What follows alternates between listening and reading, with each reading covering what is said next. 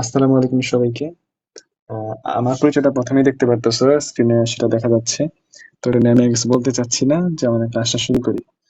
তো আজকে আমি যেটা পড়াবো সেটা হচ্ছে এসএসসি বায়োলজির প্রথম অধ্যায়ের জীবন পাঠ, পার্ট 1। এর আরো অনেকগুলো পার্ট আসবে, আমি এসে যতটুকু পারার চেষ্টা করব পড়িয়ে দেওয়ার জন্য। তো আজকের ক্লাসটা খুবই সংক্ষিপ্তই হবে। তো জীবন পাঠ এই চ্যাপ্টারটা হচ্ছে এসএসসি বায়োলজির প্রথম চ্যাপ্টার। তো এই চ্যাপ্টারটা দেখা যায় যে অনেক বোরিং লাগে সবার কাছে, বা পড়তে ভালো লাগে না পড়াগুলা, কেমন যেন লাগে। বাট আমার কাছে পার্সোনালি ভালোই লাগছে, কারণ এটা যদি বুঝে বুঝে পড়া যায় তাহলে খুবই ভালো। তো আজকে আমি শুরু করি, যতটুকু পারা যায় বুঝে দেওয়ার চেষ্টা করবো। তো এই টপিকে যখন শুরু হয় তখন একটা প্রাথমিক ধারণা দেওয়া হয়, এবং এই সময় আমরা জানি যে প্রত্যেকটা বইয়ের যে শুরুতে যে লেখা থাকে সেগুলো আসলে তেমন কোনো কাজের না। তো এখান থেকে দুইটা কথা এনে একটু দরকারি, সেটা হচ্ছে যে ইংরেজিতে জীববিজ্ঞানকে কি বলে, বায়োলজি, এটা কিন্তু সবাই জানে। তো এটা নিয়ে আমি কিছু কথা বলবো না, বাট এদের যে অর্থ, মিনিংটা, বায়ো মানে কি? বায়ো মানে হচ্ছে জীবন, এবং লগস মানে কি? লগস মানে হচ্ছে জ্ঞান।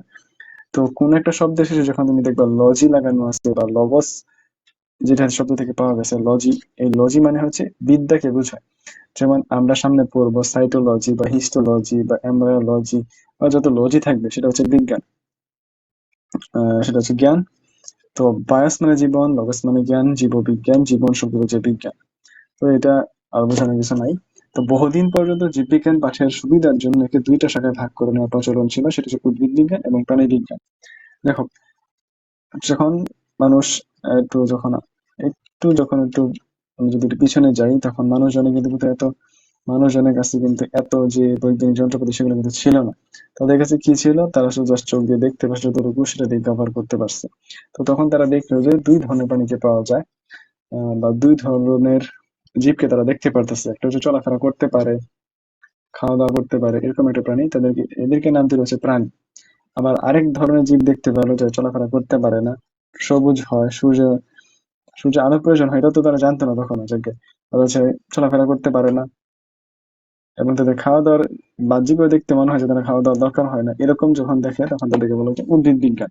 তো এই দুইটা ভাগ অনেক বছর ধরে চলছে, এবং ক্যারোলাস লিনিয়াস, আমি যার নাম বলবো, সেও কিন্তু এই দুইটা ভাগ নিয়ে কথা বলছে। তো এটাই ছিল যে বহুদিন পর্যন্ত চলছে এই দুইটা ভাগ। তো এখন আমাদের পরে কি আছে? পরে হচ্ছে যে জীববিজ্ঞানের শাখাগুলা, জীববিজ্ঞানের শাখাকে দুইটা ভাগে ভাগ করা হয়। একটা হচ্ছে আমাদের যে ভৌত শাখা, আর একটা হচ্ছে ফলিত শাখা। তো ভৌত শাখা মানে কি, আর ফলিত শাখা বা মানে কি? যদি আমরা একটু পড়ি যেখানে কি বলতেছে, যে বিজ্ঞান ভৌত শাখা বলতে সেসব শাখাকে বোঝানো হয় যেখানে তার তাত্ত্বিক ভিত্তি অনুসন্ধান করাটা প্রয়োগ সংক্রান্ত দিকের তুলনায় বেশি গুরুত্ব পায়।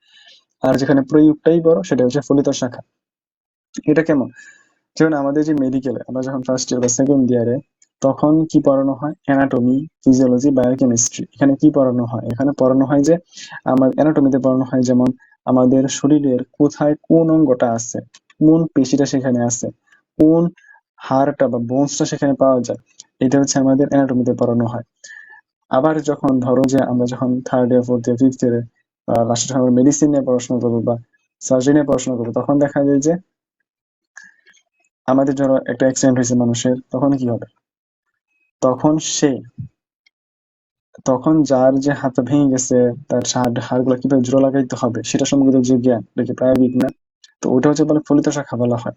আর আমরা যে আগে যেটা পড়ে আসছিলাম যে কোন জায়গায় কি আছে, যেটা আমরা বাহ্যিক ভাবে মনে হইতে পারে যে এটা আমরা কাজে লাগাইতেছি না, বাট এটা হচ্ছে ভৌত শাখা, কিন্তু এটা কিন্তু আলটিমেটলি কাজে লাগে। তো যখন কাজটা করতে যাব, সার্জারিটা করতে যাব, তার হাড়গুলো ঠিকঠাক করে দেবো, বা কারো যদি মাসেলটা ছিঁড়া যায় সেটা কি ঠিকঠাক করতে হবে, সেটাকে কি বলবো? ভৌত শাখা। এটা হচ্ছে ফলিত শাখা। আর হচ্ছে ভৌত শাখা হচ্ছে যেখানে মেকানিজমটাই মেইন। যেমন আমরা ফিজিওলজিতে যখন কোনো একটা পড়ানো হয় কি আমাদের শরীরের ভিতরে কোন অঙ্গ কিভাবে কাজ করে। তো কোন অঙ্গ কিভাবে কাজ করে, আমাদের শরীরের কোন অঙ্গ কিভাবে কাজ করে বা রোগ কিভাবে কাজ করে, এটা যখন পড়ানো হয় সেটা হচ্ছে ভৌত শাখা বলবো। কিন্তু ওই রোগ হয়েছে, ওই রোগটাকে বাধা দেওয়ার জন্য কি ধরনের ওষুধ দিতে হবে এবং সেটা কিভাবে কাজ করবে, ওইটা হচ্ছে আমাদের ফলিত শাখার মধ্যে আন্ডারে পড়ে। তো এটাই হচ্ছে আমাদের জীববিজ্ঞানের ভৌত আর ফলিত, যেখানে হচ্ছে আমরা তাত্ত্বিক বিজ্ঞান অনুসন্ধান করি একটা জায়গায়, আর একটা জায়গায় সেই জ্ঞানগুলোকে লব্ধকে কাজে লাগিয়ে আমরা প্রয়োগ করতে পারি, সেটা হচ্ছে ফলিত শাখা। এই দুটো শাখায় ভাগ করে, এবং এই দুটো শাখার আন্ডারে অনেক আমাদের এখানে তোমাদের বইয়ে অনেকগুলা কথা বলা হয়েছে, সেটা হচ্ছে ভৌত জীব বিজ্ঞান। এখানে শুরু হয়েছে অনেকগুলো উদাহরণ দেওয়া। তো প্রথমে হচ্ছে অঙ্গ সংস্থান বা মরফোলজি। আমি যে কথাটা বললাম অ্যানাটমিটা হচ্ছে ইন্টারনাল মরফোলজি। তো অঙ্গ সংস্থান মানে কি? মরফো মানে হচ্ছে আকার বা আকৃতি বা আমাদের অঙ্গ, আর লজি মানে হচ্ছে আমরা বললাম যে লজি মানে হচ্ছে বিদ্যা। তাহলে অঙ্গ সংস্থান বা এটা মিনিংটা কি, আমাদের শরীরের ভিতরে কোন অঙ্গ কিভাবে আছে, আমাদের আসলে গঠনটা কেমন, এটা যখন বলবে সেটাই হচ্ছে মরফোলজিতে। যেমন কি লেখা আছে এখানে, জীবের সার্বিক অঙ্গ সংস্থানিক বা দৈহিক গঠন বর্ণনা এই শাখার আলোচ্য বিষয়, এবং দেহের বাহ্যিক বর্ণনার বিষয়কে বহিঃঅঙ্গ সংস্থান বা এক্সটার্নাল মরফোলজি, দেহের অভ্যন্তরীণ যে বর্ণনার বিষয় সেটা হচ্ছে অন্তঃঅঙ্গ সংস্থান বা ইন্টারনাল মরফোলজি, এটাকে বোঝানো হয়। যেমন বাহ্যিক অঙ্গ সংস্থান কেমন, ধরো আমাদের যে আকার আকৃতির কেমন, এইটা একটা মানুষের হাত পা চোখ নাক কান কিভাবে অবস্থান করতে সেটা। ধরো একটা মানুষের যে হাত পায়ের যে অঙ্গ সংস্থানটা সেটা কি একটা অন্য কোনো প্রাণীর সাথে মিলবে? ধরো একটা গরু বা ছাগল, তার ক্ষেত্রে কি মেলার সম্ভাবনা আছে সেগুলা? না। তো এইভাবে দেখা যায় যে পার্থক্য। আর দেহের অভ্যন্তরীণ যেমন আমাদের ভিতরে হাড়গুলা কিভাবে আছে, কিভাবে এগুলো এবং আমাদের হৃৎপিণ্ড কোথায় আছে, ফুসফুস কোথায় আছে, মস্তিষ্ক বা কোথায় থাকে, এদের যে গঠনটা, এই গঠন যখন আমরা বলবো সেটা হচ্ছে ইন্টারনাল মরফোলজি। এরপর কি আছে, শ্রেণীবিন্যাসবিদ্যা বা ট্যাক্সোনমি। তো শ্রেণীবিন্যাসবিদ্যা বা ট্যাক্সোনমিতে কি করা হয়, দেখো আমাদের এই যে পৃথিবীতে আছে এতগুলো প্রাণী আছে, সবাই তো ইউনিক ইউনিক অনেকগুলো প্রাণী আছে। তো এইগুলো যে কিভাবে স্পেসিফাই করা হয়েছে, ধরো যে কিংডম মানুষের কথা যদি ধরি, মানুষের কিংডম কি প্রাণী জগৎ, কিন্তু প্রাণী জগতে কি শুধু মানুষ আছে? না, অনেকগুলাই তো আছে, মানুষ আছে সেখানে আর অন্য প্রাণী, মাছ আছে, বা অন্য যদি প্রাণী বলি আমরা বাঘ সিংহ, এগুলো অনেক কিছু আছে কিংডম, প্রাণী জগতে যেগুলো প্রাণী। কিন্তু ফাইলাম যদি ভাগ করি, যখন একটু ভিতরে যাব তখন ফাইলাম চলে আসে মানুষের কর্ডাটা। তো কর্ডাটা আসে মানে কি, তাদের নোটু কর্ড থাকে। তো আমার নোটু কর্ড ছাড়া অনেক প্রাণী কিন্তু আছে। যেমন তুমি যদি দেখো একটা তেলাপোকা বা কোনো আর্থ্রোপোডা পর্বের প্রাণীকে, প্লাস এটা কিন্তু পরে আসে আর্থ্রোপোডা পর্বে কি কি আছে, তো এগুলো কিন্তু অমেরুদণ্ডী। তো এগুলো আলাদা আছে। আর ক্লাস যদি বলি, ক্লাসের ক্ষেত্রে ভাগ হয়ে যায় হচ্ছে ম্যামালিয়াতে। তারা হচ্ছে বাচ্চাকে বুকের দুধ খায়, তাদেরকে ম্যামালিয়া বলে। তো মানুষের সাথে মিল আছে। আবার এইভাবে যখন আমরা অনেকগুলো প্রাণী থেকে ছেকে স্পেসিফিক বৈশিষ্ট্যের জন্য একটা প্রাণীকে আমরা নির্দিষ্ট করে ফেলি, তখন সেটা হচ্ছে ট্যাক্সোনমি। তো এখানে কি বলছে, ট্যাক্সন মানে হচ্ছে বোঝায় যে শ্রেণীবিন্যাসের যে একক, এটাকে ট্যাক্সন বলা হয়। তো এটার সম্পর্কে বিস্তারিত আসবে আমাদের সামনে টপিকে, তাই আর এখানে বেশি কথা বলবো না। তো জীবের শ্রেণীবিন্যাস এবং তার রীতিনীতি গুলো শেখা আলোচ্য বিষয়। তা জীবের কিভাবে শ্রেণীবিন্যাস করা হয়, কিভাবে আরেকটা জীব থেকে একটা জীবকে আলাদা করা হয়, এখানে আসলে আলোচনা করা হয়। তো এরপরে কি আছে, শারীরবিদ্যা বা ফিজিওলজি। ফিজিও মানে হচ্ছে ফিজিক মানে বলতে বোঝা হচ্ছে শরীর, আর হচ্ছে লজি বলতে বোঝা হচ্ছে বিদ্যা। তা আমাদের শরীর সম্পর্কিত যে বিদ্যা, আমাদের শরীরের কোন অঙ্গ কিভাবে কাজ করে বা এদের ফাংশন গুলা কি, এইগুলো হচ্ছে আমাদের শারীরবিদ্যা বিষয়ে আলোচনা। তো জীবদেহের নানা অঙ্গ প্রত্যঙ্গের জৈব রাসায়নিক যে কার্যাদি, যেমন শ্বসন, রেচন, সালোক সংশ্লেষণ ইত্যাদি বিষয়ে আলোচনা করা যায়। এবং এছাড়া যে যাবতীয় শারীরবৃত্তীয় কাজের বিবরণ এই শাখায় দেওয়া হয়। ধরো আমাদের যে হৃৎপিণ্ড সেটা কিভাবে অ্যাকচুয়ালি পাওয়া করে, আমাদের হৃৎপিণ্ড যে আমাদের রক্ত নিচ্ছে কিভাবে ছড়িয়ে দিচ্ছে সারা শরীরের ভিতরে, এবং তার ভিতরে যে বিভিন্ন ধরনের ক্রিয়াকলাপ চলে, এবং মাসেল গুলা কি, তাদের যে পেশিগুলো আছে কিভাবে বা সংকুচিত হচ্ছে, কি কারণে বা সংকুচিত হচ্ছে, এবং কোন কারণে সেগুলো বন্ধ হয়ে যেতে পারে, এইসব নিয়ে যখন আলোচনা করা হবে, বা আমরা যখন শ্বাস করছি মানে কি, আমরা যেভাবে অক্সিজেন গ্রহণ করতেছি ফুসফুসের মাঝে, এবং ফুসফুস থেকে সে রক্তে আসছে, সেখানে কোষে যাচ্ছে, কোষে গিয়ে অক্সিজেনটা কার্বন ডাই অক্সাইড উৎপন্ন করতেছে যখন শ্বসন প্রক্রিয়ায়, সেটা কিভাবে আসতেছে এবং কিভাবে আমরা কার্বন ডাই অক্সাইড বের করে দিচ্ছি, এই তো শ্বসন প্রক্রিয়া। তো এইসব কিভাবে হচ্ছে এটা নিয়ে যখন আলোচনা করবো সেটা হচ্ছে শারীরবিদ্যা। এরপরের টপিকটা হচ্ছে হিস্টোলজি। হিস্টো মানে হচ্ছে টিস্যুকে বোঝায়, আর হিস্টোলজি মানে টিস্যু সম্পর্কিত যে বিদ্যা। তো টিস্যু সমূহের গঠন, বিন্যাস এবং কার্যাবলী এর সাথে আলোচনা করা হয়। তো এখানে আমরা ছোটবেলা থেকে পড়ে আসছি যে কয় ধরনের টিস্যু পাওয়া যায়, একটা হচ্ছে এপিথেলিয়াম বা আবরণী টিস্যু, একটা কানেকটিভ টিস্যু বা যোজক টিস্যু, আর একটা হচ্ছে মাসেল টিস্যু বা পেশি টিস্যু, আর একটা হচ্ছে নার্ভাস টিস্যু বা স্নায়ু টিস্যু। দেখো এদের যে টিস্যুগুলা, এগুলা গঠন কিভাবে হয়, যারা শুধু আবরণী টিস্যুর ক্ষেত্রেই ধরা যায়, যেমন সিম্পল স্কোয়ামাস, সিম্পল কিউবয়েডাল বা যেগুলো হচ্ছে এদের ক্ষেত্রে, এরা হচ্ছে সিম্পল স্কোয়ামাস গুলো কেমন, এদের যে কোষগুলো আছে হচ্ছে মাছের আঁশের মতো। আবার অনেকগুলো আছে কেমন, এই যে সিম্পল কিউবয়েডাল, এটা হচ্ছে ঘনকাকৃতির কোষ থাকে। আবার সিম্পল যে কলামনার, সেখানে কোষগুলো থাকে হচ্ছে লম্বা স্তম্ভের মতো। তো এদের যে কোষগুলা কি কি কোষ দ্বারা গঠিত হচ্ছে, গঠনটা কেমন হচ্ছে এদের, এবং এদের যে বিন্যাসটা কিভাবে থাকে তারা, এদের সাথে কিন্তু কারোর সাথে কারো কিন্তু মিল থাকে না, তারা কিন্তু বিভিন্নভাবে বিন্যাসিত থাকে। তো এবং কার্যাবলী গুলা কি, যেমন এপিথেলিয়ামের কাজগুলা কি, আমাদের আসলে আবরণ করা, বা কানেকটিভ টিস্যুর কাজ কি, আমাদের দেহের বিভিন্ন অঙ্গের মাঝখানে সংযোগ সাধন করা। এবং এদেরকে যেমন অস্থি বা তরুণ অস্থি যে আমরা পড়ছি, সেটা হচ্ছে অস্থির কাজ কি, একটা স্টেবিলিটি প্রদান করা, বা এর যে একটা দৃঢ়ত্ব প্রদান করা, আমরা যে কাজকর্ম করতে পারি এটা শক্তি প্রদান করার ক্ষেত্রে কিন্তু কাজ করে। আবার মাসেল বা পেশি কাজগুলা কি, আমরা কোনো একটা কাজ করতে গেলে মাসেল সেখানে কাজ করতে হবে। আমি কোনো কিছু ধরতে যাচ্ছি, তো সেখানে মাসেল গুলার ভূমিকা রাখতে হবে, বা হাঁটাচলা করতে যাচ্ছি মাসেল গুলোর ভূমিকা রাখবে। আর নার্ভাস টিস্যুর কাজটা কি, নার্ভাস টিস্যুর কাজ হচ্ছে আমাদের দেহের সকল ধরনের কাজের নিয়ন্ত্রণ কিন্তু সে করবে। নার্ভাস সিস্টেম আমাদের সকল, কারণ এগুলো হচ্ছে আমাদের বাহ্যিক যে পরিবেশ আছে তার সাথে আমাদের দেহের দেহের একটা মেলবন্ধন তৈরি করে। আমি যে চোখ দিয়ে দেখতে পারতেছি, কেন দেখতে পারতেছি, কারণ হচ্ছে আমাদের চোখের ভিতরে যে নার্ভাস টিস্যু গুলো আছে, এরা হচ্ছে বাইরে আলোটা আমাদের চোখে গ্রহণ করতেছে, এবং সেটাকে সেটা একটা সিগন্যালে রূপান্তর করার মাধ্যমে মস্তিষ্কে পাঠাচ্ছে, মস্তিষ্কটাকে প্রসেস করে আমাকে দেখা যায় যে হ্যাঁ আচ্ছা আমরা সেটাই দেখতেছি। তো এটা হচ্ছে হিস্টোলজি। এরপর কি আছে এমব্রায়োলজি। এমব্রয় মানে কি, এটা হচ্ছে ভ্রূণবিদ্যা। তো এমব্রয়োলজি মানে হচ্ছে ভ্রূণবিদ্যা। তো এমব্রয় মানে হচ্ছে ভ্রূণ, আর লজি মানে হচ্ছে জ্ঞান। তো ভ্রূণ সম্পর্কিত যে জ্ঞান, অর্থাৎ ভ্রূণ কিভাবে উৎপত্তি হচ্ছে, গঠন হচ্ছে, পরিস্ফুটন হচ্ছে, মূলত হচ্ছে ভ্রূণ কি। তো ভ্রূণ হচ্ছে যে জনন কোষের উৎপত্তি এবং নিষিক্ত জায়গা থেকে ভ্রূণের উৎপত্তি। তো ভ্রূণ কি, ধরো পিতা থেকে একটা শুক্রাণু এবং মাতা থেকে একটা ডিম্বাণু যখন আসে, তখন তারা যদি মিলিত হয় তখন কি হয়, ডিম্বাণু হয়। তো এটা কোথা থেকে আসে আমি জানি না, তো এটা কি ছিল কিনা, বাট না থাকলে সমস্যা নাই, এটাই যায়, এর সামনে শিখে ফেলবা। তো এই শুক্রাণু এবং ডিম্বাণু যখন মিলিত হয় তখন কি হলো, জাইগোট তৈরি করলো, এবং এই জাইগোটটা যখন আরো কিছু কোষ বিভাজনের মাধ্যমে একটু পরিণত হবে তখন সেকে বলা হবে ভ্রূণ। তো এই ভ্রূণ কিভাবে গঠিত হচ্ছে এবং এটা পরিস্ফুটিত হয় কিভাবে, এই যে এই ভ্রূণটাই কিন্তু একসময় মানুষের অবয়ব লাভ করে এবং আরেকটু পরিণত হওয়ার মতন একটা মোটামুটি 10 মাস বা 11 মাস, 10 মাস পরে কি হয়, সেটা মানুষের অবয়ব লাভ করে। তো তো এটা হচ্ছে গঠন কিভাবে হচ্ছে, পরিস্ফুটন কিভাবে হচ্ছে, এবং এদের যে বিকাশ সেটা নিয়ে যখন আলোচনা করবো সেটা হচ্ছে এমব্রায়োলজি। এরপর হচ্ছে আমাদের সাইটোলজি বা কোষবিদ্যা। এখন কোষবিদ্যার আন্ডারে কি আছে, কোষ সম্পর্কিত যত বিদ্যা আছে, মানে কি কোষের গঠন, মানে কি দ্বারা গঠিত হচ্ছে, কোষের ভিতরে যে নিউক্লিয়াস থাকে, মাইটোকন্ড্রিয়া থাকে, গোলজি বডি থাকে, এন্ডোপ্লাজমিক রেটিকুলাম থাকে, বা রাইবোজোম থাকে, এবং এদের যে গঠন, কোষ কি দ্বারা গঠিত হচ্ছে, এবং এদের যে কার্যাবলী, যেমন নিউক্লিয়াসের কাজ কি, রাইবোজোমের কাজ কি, এদের কাজগুলো কি, এবং এদের বিভাজন কি, এটা নিয়ে যখন আলোচনা করা হবে তখন সেটাকে বলা হবে কোষবিদ্যা বা সাইটোলজি। ওকে। এরপর হচ্ছে বংশগতিবিদ্যা বা জেনেটিক্স। তো বংশগতিবিদ্যা বা জেনেটিক্স কি, দেখো পিতামাতার বৈশিষ্ট্যগুলো আবার সন্তানের মধ্যে প্রকাশ পায়, এটা কেন পায়, এটা কেনই বা পায়, এই কোশ্চেন যখন করা হয় তখনই চলে আসে জেনেটিক্স এর কথা। কারণ আমাদের দেহের যা কিছু আছে সবকিছু নিয়ন্ত্রিত হয় আমাদের জিন দ্বারা। জিন। ওকে। তো এই জিনটা কোথায় থাকে, আমাদের যে কোষের নিউক্লিয়াস আছে, নিউক্লিয়াসটাকে ভাঙলে পাওয়া যাবে ক্রোমোজোম, এই যে এরকম অংশ, এগুলো হচ্ছে ক্রোমোজোম।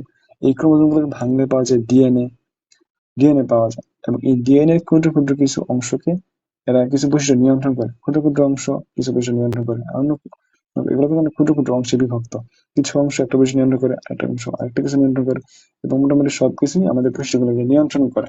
তো এই বৈশিষ্ট্যটাই মাতা পিতা থেকে কিভাবে আমাদের মধ্যে সঞ্চারিত হয়, মাতার পিতার শুক্রাণু এবং মাতার ডিম্বাণু থেকে কিভাবে এই বৈশিষ্ট্যগুলো আসে, এবং কিভাবে একই একই কিভাবে সেটা একীভূত হয়ে আমাদের যে বৈশিষ্ট্য প্রকাশ করতেছে, এই জাতীয় যখন আলোচনা করা হবে সেটা হচ্ছে বংশগতিবিদ্যা বা জেনেটিক্স। তো এরপর কি আছে বিবর্তন বিদ্যা বা ইভলিউশন। ইভলিউশন হচ্ছে এই যে একদম আদিম প্রাণী থেকে যদি আমরা শুরু করি, আদিকালে কি মানুষ অস্তিত্ব ছিল, ছিল না। তো প্রথম ধরা হয়ে থাকে, প্রথমে হয়েছিল কি, প্রথমে একটা কোষ হয়েছিল, উৎপন্ন হয়ে গেছিল। তো ওই কোষটা হচ্ছে আবার আস্তে আস্তে বিবর্তিত হয়েছে, বিবর্তিত হওয়ার মধ্যে ব্যাকটেরিয়া হয়েছে, এই সেই অনেক কিছুই হয়েছে। তো এগুলা তোমরা সবাই বুঝো, এগুলা যদি বুঝাইতে যাই আরো ব্যস্ত লেগে যাবে। তো পৃথিবীতে প্রাণীর বিকাশ, জীবের বিবর্তন এবং ক্রম বিকাশের তথ্যসমূহ আলোচনা হিসেবে বিষয় হচ্ছে ইভলিউশন বা বিবর্তন। ওকে, এটাকে আমি বলবো না এটা। তো এরপরে কি আছে বায়োলজি। এখানে প্রাকৃতিক পরিবেশের সাথে জীবের সম্পর্কে আলোচনা করা হয়। এটা কেমন?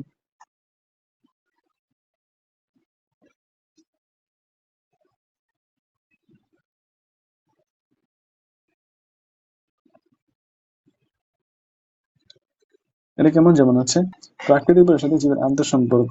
তার মানে কি? ধরো যে আমরা মানুষ, গাছপালা আছে, পরিবেশ আছে। আমাদের সম্পর্কটা কি? আমাদের যে খাদ্য গ্রহণ করতে হয়, কোথা থেকে করতে হয়? পরিবেশ থেকে। কে প্রোভাইড করে? প্রোভাইড করে আমাদের গাছপালা। তো আবার আমরা অক্সিজেন যে পাই সেটা কোথা থেকে পাই? সেটা গাছপালা থেকে পাই। আবার যে আমরা যে কার্বন ডাইঅক্সাইড নিঃসরণ করতেছি এটা কে গ্রহণ করে? গাছ গ্রহণ করে, এবং গাছ সেটাকে ব্যবহার করে কি? তার খাদ্যের জন্য। তো এইভাবে আমাদের মধ্যে একটা সম্পর্ক তৈরি হয়েছে, বা আমাদের মাঝখানে যে একটা সম্পর্ক তৈরি হয়েছে সেটাই হচ্ছে কি? বাস্তুবিদ্যা বা ইকোলজি।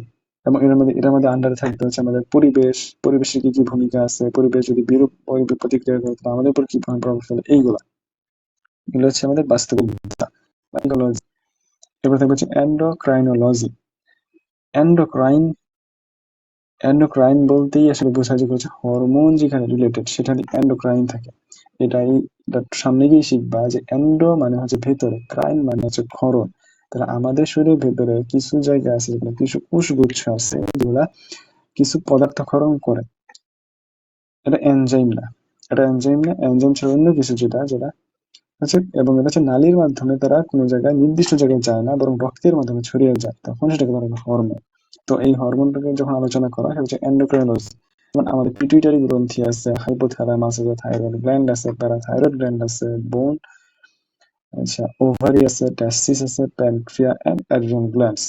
তো পিটুইটারি গ্রন্থি থেকে যেমন গ্রোথ হরমোন খরিত হয়, যা আমাদের বৃদ্ধির জন্য কাজ করে। আবার ধরতে পারেন যে হাইপোথ্যালামাসের কাজ কি? হাইপোথ্যালামাসের আমাদের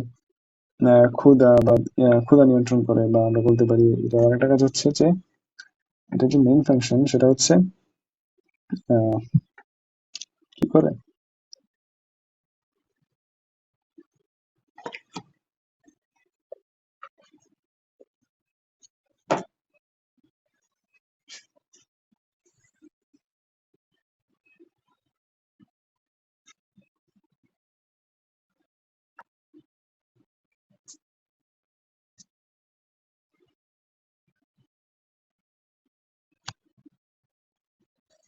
আচ্ছা, এই হাইপোথ্যালামাসটা আবার কি ধরনের কাজ করতে পারে? যেমন স্বয়ংক্রিয় স্নায়ুতন্ত্রের কেন্দ্র হিসেবে কাজ করতে পারে। থাইরয়েড গ্ল্যান্ড আছে, প্যানক্রিয়া থেকে যেমন হরমোন, এখান থেকে নিঃসৃত হয়েছিল প্যানক্রিয়া বা আমাদের অগ্ন্যাশয়, যে এই অগ্ন্যাশয় থেকে যেটা খরিত হয়, যেমন ইনসুলিন হরমোন, যেটা আমাদের যদি জলাশয়ে কমে যায় তাহলে ডায়াবেটিস হতে পারে। তো টেস্টিস থেকে উৎপন্ন হয় হচ্ছে টেস্টোস্টেরন, ওভারি থেকে ইস্ট্রোজেন। তো এরকম বিভিন্ন জায়গা থেকে হরমোন উৎপন্ন হয়, যা রক্তের মাধ্যমে সরাসরি ছড়িয়ে যায়। তো এখানে আমরা হরমোনের কাজগুলো যখন আলোচনা করবো, কোথা থেকে উৎপন্ন হচ্ছে, কিভাবে কাজ করছে, কি কি কাজ করতেছে, এখানে যখন আলোচনা করাবে সেটা হচ্ছে এন্ডোক্রাইনোলজিতে থাকবে। এরপর হচ্ছে জীবভূগোল বা বায়োজিওগ্রাফি। এর শাখায় যে পৃথিবীর বিভিন্ন ভৌগোলিক সীমারেখায় জীবের বিস্তৃতি আলোচনা করা হয়। এটি জীবের ভৌগোলিক বিস্তারের সাথে ভূমণ্ডলের শ্রেণীবিভাগ সম্পর্কিত বিদ্যা। মানে হচ্ছে জীবভূগোলটা হচ্ছে যে আমাদের বিভিন্ন অঞ্চলে যে বিভিন্ন প্রাণীগুলো আছে তাদেরকে নিয়ে কথা বলতেছে। যেমন আমাদের দেশে যে প্রাণীগুলো পাওয়া যায় সেগুলো কি বিদেশে ধরা যায়, যেমন উত্তর আমেরিকা বা আহ অ্যান্টার্কটিকাতে পাওয়া যাবে? না। আবার কিছু যেগুলো ওই জায়গায় পাওয়া যায়, যেমন পেঙ্গুইনের কথা যদি আমরা বলি, এগুলো কিন্তু সাধারণত অ্যান্টার্কটিকাতে পাওয়া যাবে, বা যেখানে শীত প্রধান অঞ্চল সেখানেই পাওয়া যাবে। এগুলো কি বাংলাদেশে পাওয়া যাবে? না। তো বিভিন্ন রিজিয়ন অনুযায়ী যে প্রাণীর যে বিন্যাসটা, প্রাণীর যে অবস্থা, যেমন অস্ট্রেলিয়াতেই শুধু ক্যাঙ্গারু পাওয়া যায় এরকম। তো এগুলো হচ্ছে জীবের ভৌগোলিক সীমারেখা অনুযায়ী জীবের যে বিস্তার সেটা। তো এগুলো নিয়ে যখন আলোচনা করা হয় সেটা হচ্ছে আমাদের জীবভূগোল বা বায়োজিওগ্রাফি। জিওগ্রাফি মানে হচ্ছে ভূগোল, আর বায়ো মানে হচ্ছে জীবন, তারপর জীব সম্পর্কিত ভূগোল বিদ্যা। তো এটাই। তো এরপর হচ্ছে আমাদের জীবাশ্ম বিজ্ঞান ও প্যালিওন্টোলজি, এটা হচ্ছে আমাদের ফলিত শাখার টপিক। তো আজকে আছে আমি এই পর্যন্তই পড়াবো। আমাদের টপিকটা হচ্ছে আজকে ভৌত জীববিজ্ঞান বলেই থাকবে, ভৌত শাখা পদ্ধতি থাকলো। নেক্সট টাইম আমরা শুরু করবো ফলিত শাখা থেকে, শুরু করে যতটুকু পারা যায় পড়া শুরু করবো। তো এরপর অনেক কিছুই আছে। আজকে এই পর্যন্তই থাকলো। সবাইকে আসসালামু আলাইকুম। যদি ক্লাস কেমন হয়েছে সেটা নিয়ে বলতে পারো, কমেন্টে জানাতে পারো যে কি কি করলে আরো ভালো করা যায়। ক্লাসটা কেমন হয়েছে সেটা জানিও। ওকে।